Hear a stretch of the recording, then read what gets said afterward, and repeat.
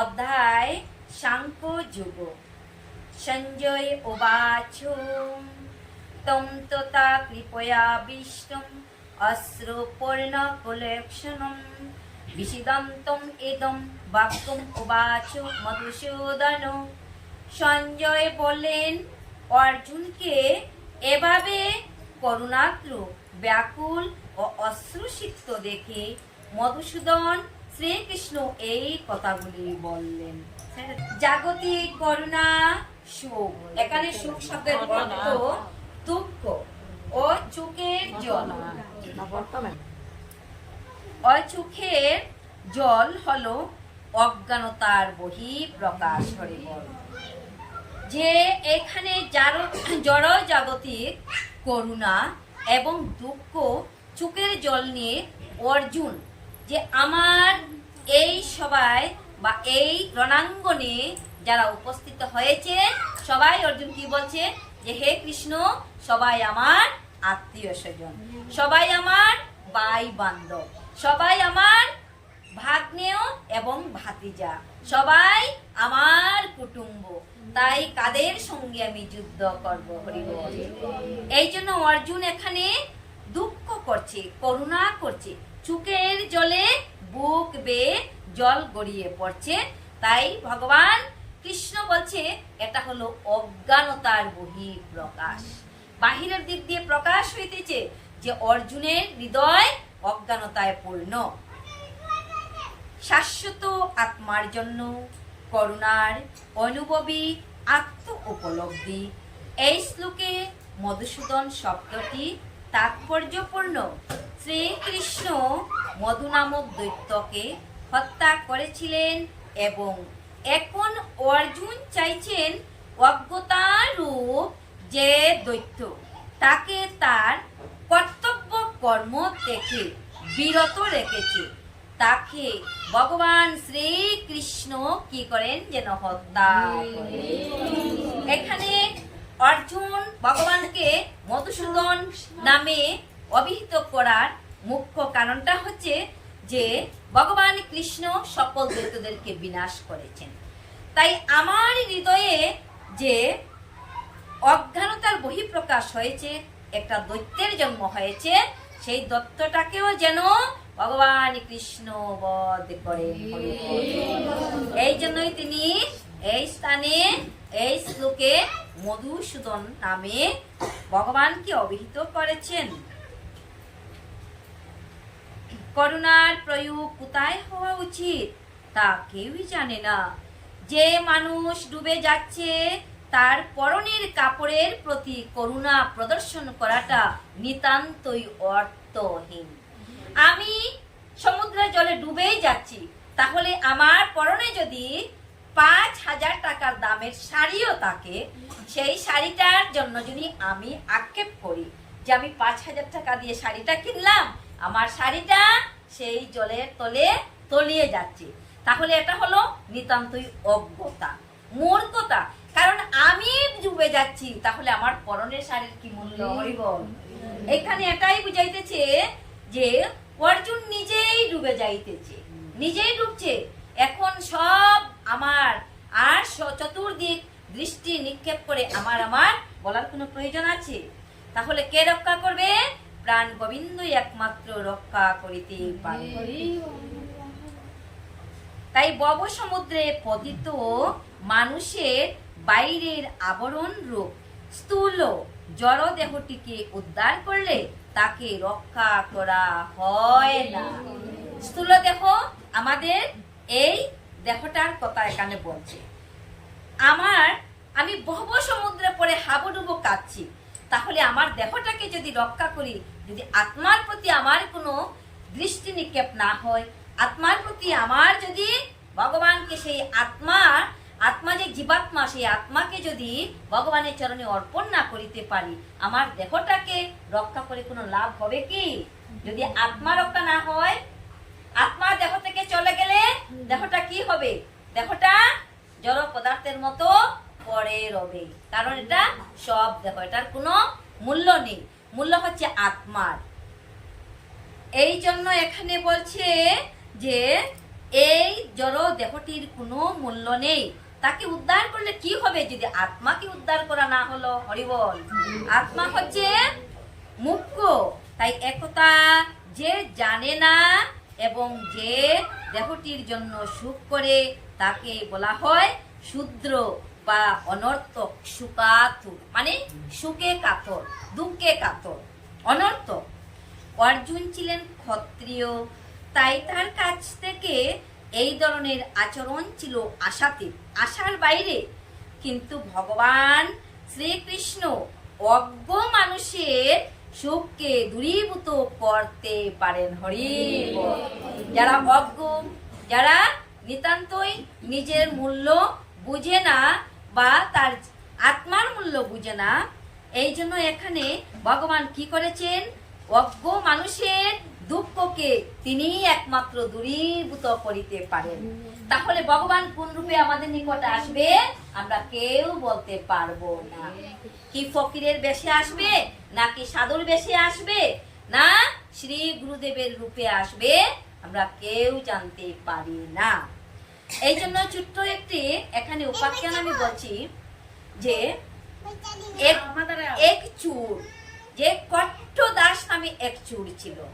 কারণ তার বৃত্তিটাই ছিল চুরি করা, অর্থাৎ তার পিতা ছিল চোর, মূলগত অর্থাৎ জন্মগত ভাবে সে ছিল চোর। যেমন জমিদারের পুত্র পুনরায় জমিদার হবে, রাজার পুত্র আবার রাজপুত্র হবে, যুবরাজ হবে, ঠিক তদ্রূপ চোরের পুত্রই চোর হবে। তো এইভাবে বংশ পরম্পরা দ্বারা অনুযায়ী সেই কট্ট দাস চোর ছিল। হঠাৎ একদিন ভগবানের অশেষ কৃপার ফলে কি হলো যে সে চুরি করে ঘুর জঙ্গলের মধ্যে যে চুরি করা দ্রব্য চুরি করে নিয়ে এসেছিল সেই জঙ্গলের মধ্যে বসে বসে গুছিয়ে নিচ্ছে। এই হচ্ছে চুরির দ্রব্য। যাই হোক, স্বর্ণ হোক, রূপা হোক, পিতল হোক, তামা হোক, কাঁসা হোক, সবকিছু গুছিয়ে নিচ্ছে। এমন সময় তার সামনে উপস্থিত হলো এক সাধু বাবা। সাধু বাবা এসে বলছে, একি তুমি এই বন জঙ্গলের মধ্যে তুমি কি করছো? বলছে, সাধু বাবা আমি একজন চোর, তাই আমি চুরি করে যে জিনিসপত্রগুলো এনেছি ওইগুলো আমি গুছাচ্ছি। বলছে, আচ্ছা তাহলে তুমি একজন চোর? বলছে, হ্যাঁ আমি একজন চোর। তাহলে তুমি চোর না বলে তো অন্য কিছু বলতে পারতে। বলছেন না, আমি তো একজন চোর, তাহলে আমি সাধু কেন বলবো? হরি বল, আমি চোর। তাই বলছে যে তাহলে এই চোরটাকে দেখা যাক কি করে একটু তার জীবনের উন্নতির দিকে অগ্রসর করা যায় কিনা। বলছে, আচ্ছা আমি যদি তোমাকে কোনো উপদেশ দান করি, কোনো জ্ঞান দান করি, তুমি কি আমার কথা মানবে? বলছে, আমি সব মানতে পারি, তবে চুরি ছাড়া আমি ছাড়বো না। আমাকে চুরিটা করতেই হবে। তুমি যা বলবে আমি সব মানবো, কিন্তু চুরিটা আমার থাকবে। হরি বল, চুরিটা আমার থাকবে, আমি চুরি ছাড়তে পারবো না। বলছে, আচ্ছা। সাধু বাবা বলছে, ঠিক আছে বাবা, তুমি চুরিটা না ছাড়ো, কিন্তু সত্য কথা তো বলতে পারবো। বলছে, সত্য কথা বলার জন্য আমি সবসময় প্রস্তুত আছি। তাহলে তুমি সর্বদা সদা সত্য কথা বলবে। বলছে, আমি বলবো, আমি তোমার কাছে আমি কি করছি, আমি সেটা প্রতিজ্ঞা করছি, আমি সর্বদা সত্য কথা বলবো। বলছে, আরেকটি উপদেশ আমার, তুমি যা চুরি করে আনবে তার থেকে কিছু অংশ ভগবান শ্রী রামচন্দ্রকে অর্পণ করবে। প্রেম সে কহো সীতাপতি রামচন্দ্র কি। বলছে, তাও আমি মানবো, আমি মাথা পেতে নিলাম, আমার চুরের কিছু অংশ আমি প্রভু শ্রী রামের চরণে অর্পণ করব। বলছে, আরেকটি উপদেশ হলো, তুমি চুরি করতে যাও আর রাস্তায় বাজারে যাও না কেন, যদি তোমার সামনে ভগবান শ্রী রামের হোক, শ্রী কৃষ্ণের হোক, আর শ্রী চৈতন্য মহাপ্রভুর আরতি হোক, তুমি সব কাজ ছেড়ে তুমি আরতিতে যোগদান করবে। বলে, আমি তাও পারবো সাধু বাবা, আমি আরতিতে যোগদান করব। বলছে, ঠিক আছে, তাহলে যাও, তুমি চুরি করো কিন্তু সর্বদা সত্য কথা বলো। তো এখন সেই চূড়া মনে মনে চিন্তা করলো যে অনেক অনেক চুরি করেছি, কিন্তু জীবনের অন্তিম সময় যদি কোনো একটি রাজ পরিবারে গিয়ে চুরি করতে পারি বড়সড় ভাবে, তাহলে সারাটি বাকি জীবন আমি বয়ে খেয়ে যেতে পারবো। এই ভাবনা নিয়ে কি করলো, সেই চূড়া রাজ দরবারে প্রবেশ করলো। রাজার যে বাউন্ডারি ছিল সেই বাউন্ডারিতে সে প্রবেশ করবে। প্রহরী ছিল পাহারাদার, গেটের মধ্যে পাহারাদার পাহারা দিতেছে। তো সে কি করলো, যে সে পূর্বে থেকে স্থির করলো যে আমি যদি রাজ পরিবারও চুরি করতে যাই, তাহলে আমাকে কি করতে হবে, এই রাজ্যের যে সেনা সামন্ত আছে সেই সেনার যে পোশাক, সেই সেনার পোশাক একটা আমাকে কিনতে হবে। তিনি কি করলো, টুপিওয়ালা একটা সেনার পোশাক কিনলেন, আর সেই পোশাকটি পরিধান করে রাজার বাড়িতে আসছে বা রাজ পরিবারে আসছে চুরি করার জন্য। টুপি আছে, সেই সেনার পোশাক আছে। যখন প্রবেশ করতে চাইছে, সেই প্রহরী বলছে তুমি কে? বলছে আমি একজন চোর। বলছে চোর বলছে কেন? ওর পরনে তো দেখা যাইতেছে আমাদেরই সেনার পোশাক, তাহলে নিশ্চয় আমাকে পরীক্ষা করার জন্য এসেছে। আমি প্রহরী হয়ে সজাগ আছি কি না, না ঘুমিয়ে গেছি, আমি ঠিক ভাবে পাহারা দিতেছি কিনা।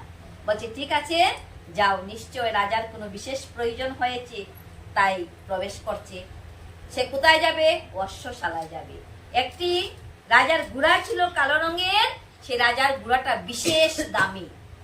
সেই ঘোড়াটার প্রতি তার আকর্ষণ, তার মনের মধ্যে লোভ।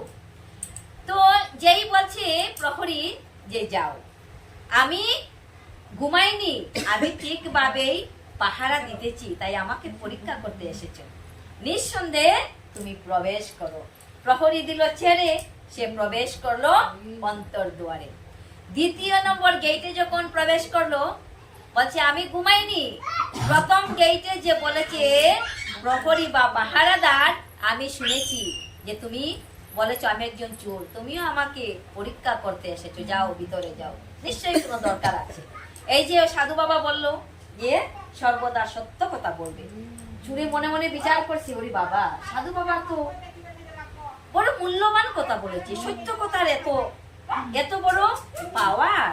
আমি সত্য কথা বলেছি, কিন্তু সবাই বললো যাও ভিতরে প্রবেশ করো, তাহলে তো সত্য কথার মূল্য আছে। এবার কি করলো, অশ্বশালায় গিয়ে যখন প্রবেশ করলো, সেই অশ্বশালায় প্রবেশ করে রাজার যে ঘোড়াটা, কালো রঙের ঘোড়াটা নিয়ে ঘোড়ার পিঠে উঠে সে গেট থেকে বাহির হয়ে গেল। গেট থেকে বাহির হয়ে গেল।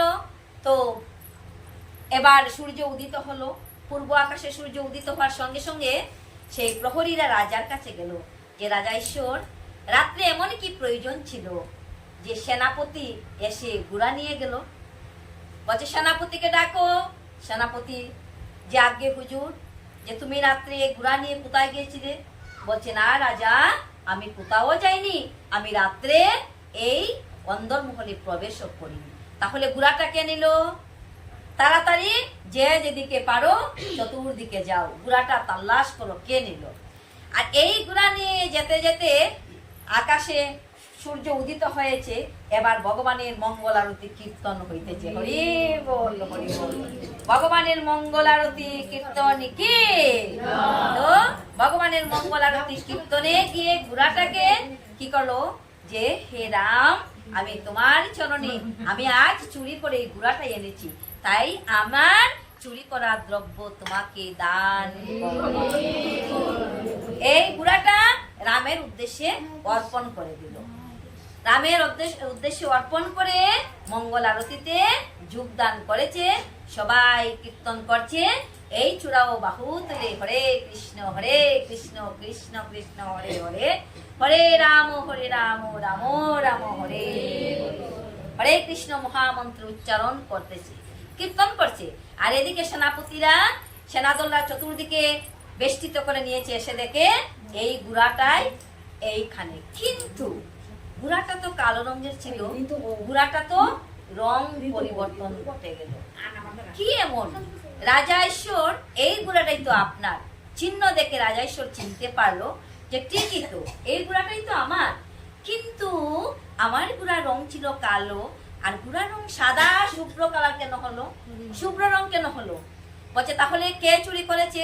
বলছে এই তো, এই চূড়াটাই রাত্রে আমাকে বলেছিল যে আমি একজন চোর।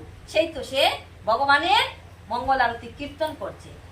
বলছে আচ্ছা ঠিক আছে, ভগবানের মঙ্গল আরতি কীর্তন করছে, তিনি তো কোনো সাধারণ লোক হতে পারে না।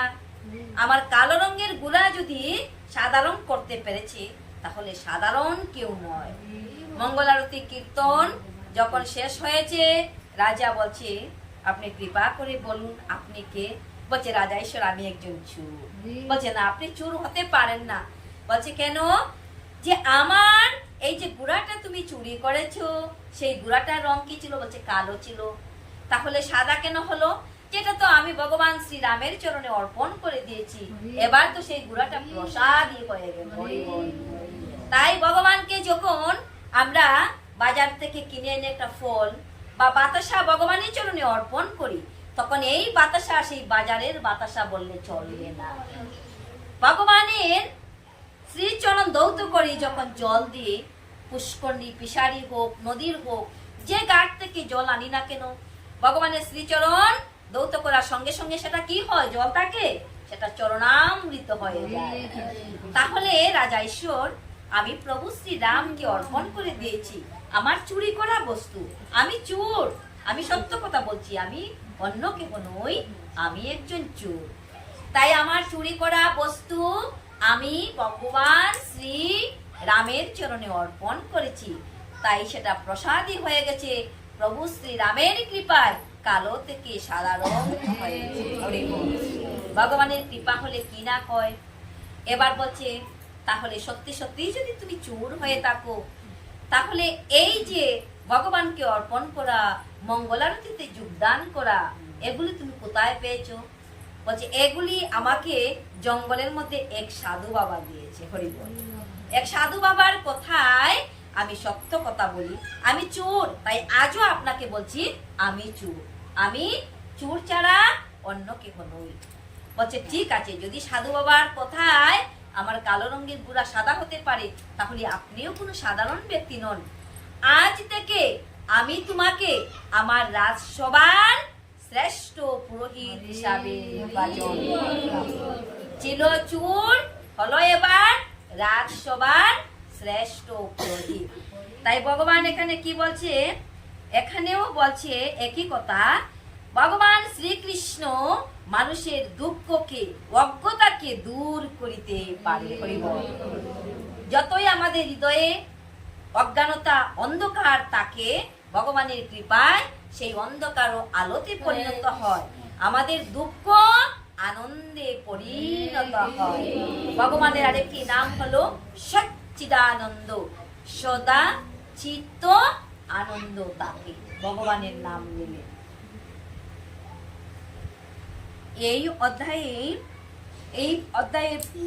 এই উদ্দেশ্যই ভগবত গীতা তার দ্বারা গীত হয়েছে। কোন উদ্দেশ্যে? ভগবান শ্রীকৃষ্ণের কৃপায় অজ্ঞ মানুষে কি করিতে পারে? জ্ঞান পাইতে পারে, আর অন্ধকার থেকে তার জীবনে আলো আসে। আর কি হয়? সুখ অর্থাৎ দুঃখকে ভগবান দূর করিতে পারে।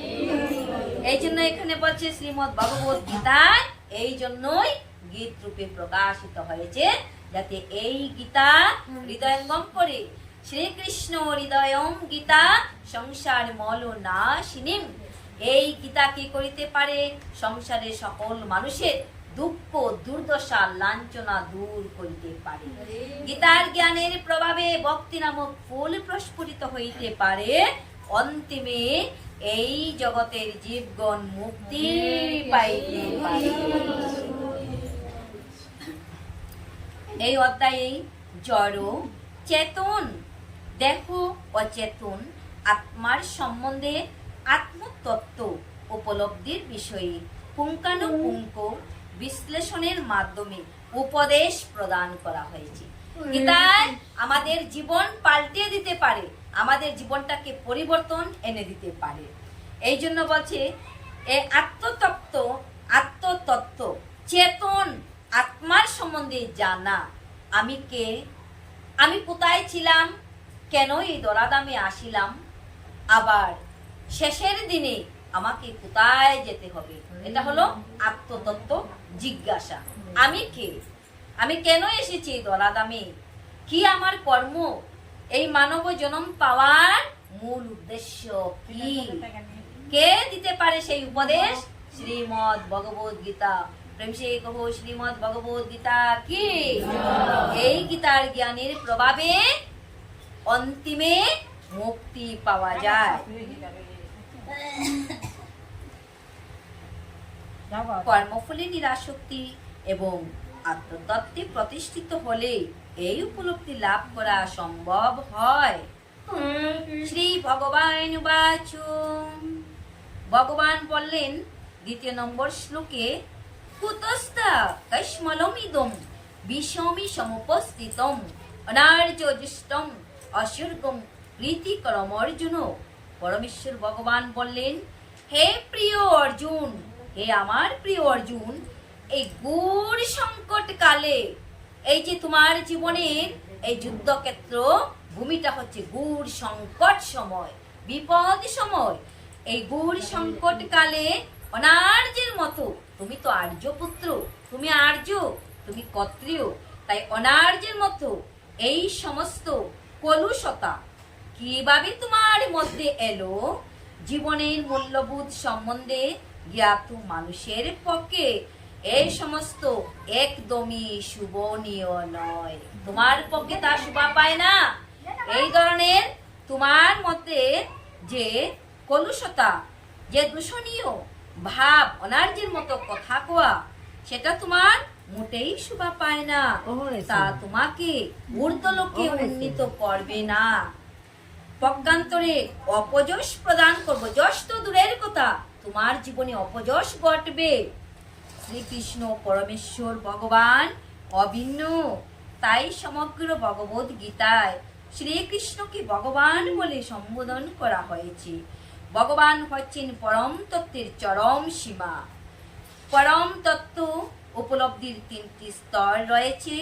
ব্রহ্ম অর্থাৎ নির্বিশেষ সর্বব্যাপ্ত সত্তা, পরমাত্মা অর্থাৎ প্রতিটি জীবের হৃদয়ে বিরাজমান পরমেশ্বরের প্রকাশ। হরি বল। এই আসরে যত ভক্ত রয়েছেন সকলের অন্তরে পরমাত্মা রূপী ভগবান বিরাজমান। আমাদের জ্ঞান নেই, অজ্ঞানতায় পূর্ণ হৃদয়, তাই পরমাত্মা রূপী ভগবানকে অনুভব করিতে পারি না। সেই জ্ঞান চক্ষু না থাকার কারণে আমরা দেখিতেও পাই না, কিন্তু তিনি এই স্থানে রয়েছেন, সকল জীবের মধ্যে রয়েছেন। এই জন্য শ্রেষ্ঠ হলো মানব জনম, আর সকল জীবের মধ্যে মানব জনমটাই হলো শ্রেষ্ঠ জনম। আর এই জনমে যদি আমরা ভগবানকে অনুভব করিতে না পারি, ভগবান শ্রীকৃষ্ণের নাম নিতে না পারি, প্রাণ গোবিন্দকে যদি আমরা পূজা, যদি আমরা সেবা না করিতে পারি, তাহলে এই মানব জনম অসার।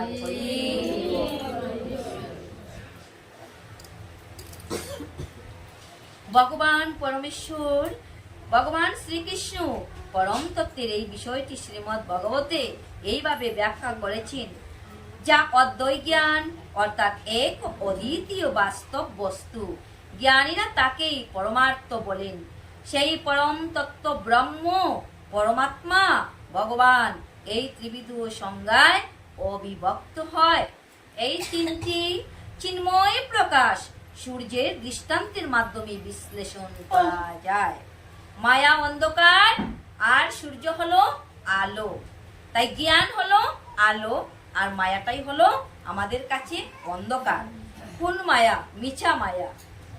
মায়াটাই হলো আমাদের এই জীবনের মুখ্য উদ্দেশ্য। স্তর, এক স্তর থেকে আরেক স্তরে যাওয়া, আমাদের অতিক্রম করা, পাশ করা। যদি পাশ না করিতে পারি, তাহলে ছাত্র হলে অবশ্যই কি করিতে হবে? পরীক্ষার হলে বসতে হবে। তাই আজ আমরা সবাই ছাত্র সেজে বসেছি ভগবানের স্কুলে, সেই গীতার স্কুলে আমরা ছাত্র সেজে বসেছি। অবশ্য আমাদের পরীক্ষা দিতেই হবে। অনেকে আমরা বলি যে ভগবানের সেবা করলে কি কষ্ট হয়। এটা হচ্ছে ছাত্রর পরীক্ষা। যদি কষ্টটা উপলব্ধি তুমি কি করিতে না পারো, যে আমি কষ্ট হলে হোক আমি ভগবানের সেবা করব, ভগবানের নাম গুণগান কীর্তন করব, আর এইভাবে যদি যাও তাহলে দ্বিতীয় ক্লাসে গিয়ে উঠবে, দ্বিতীয় ক্লাসের পরীক্ষা দিতে হবে, কষ্ট আমাদের করিতেই হবে। কষ্ট বিনা কেষ্ট মিলবে না। তাই ছাত্র যখন হয়ে আমরা বসেছি, আমাদেরও পরীক্ষা ভগবানের কাছে দিতেই হবে। সে কহো বৃন্দাবন বিহারী লাল কি, ভক্তের মনোবাসনা পূর্ণকারী ভগবান কৃষ্ণচন্দ্র কি। ভগবান কৃষ্ণের কাছে আমাদের পরীক্ষা দিতেই হবে। রাধে রাধে। তাই শ্রীল ব্যাসদেবের পিতা মহান তত্ত্বজ্ঞ পরাশর মুনি সংস্কৃত শব্দ ভগবান সম্বন্ধে বিশ্লেষণ করেছেন। ব্যাসদেবের পিতার নাম কি? পরাশর মুনি। পরাশর মুনির পুত্র হলো ব্যাসদেব, কৃষ্ণ দ্বৈপায়ন ব্যাসদেব। তো পরাশর মুনি ভগবান শব্দের অর্থ সম্বন্ধে ব্যাখ্যা করে বলেছেন যে ভগবান শব্দের অর্থটা কি, যাতে সবাই জানতে পারে। আমরা সবাই ধ্যানপূর্বক শ্রবণ করব, মনোযোগ সহকারে এই মন দ্বারা মনন করব, হৃদয় দ্বারা হৃদয়ঙ্গম করব ভগবান শব্দের অর্থ কি। সমগ্র এই পৃথিবীর স্বর্গ মর্ত পাতাল, সমগ্র ঐশ্বর্য, সমগ্র বীর্য, সমগ্র যশ, সমগ্র শ্রী অর্থাৎ সুন্দর, আর এই জগতের সমস্ত জ্ঞান এবং সমগ্র বৈরাগ্য যার মধ্যে পূর্ণরূপে বর্তমান, তিনিই হলো ভগবান। ওম নমো ভগবতে বাসুদেবায়। ওম শ্রী শ্রী পরমাত্মনে নমো নমঃ। ওম শ্রী শ্রী পরমাত্মনে নমো নমঃ। গোপন নাম আপন আপন কণ্ঠে সবাই উচ্চারণ করব।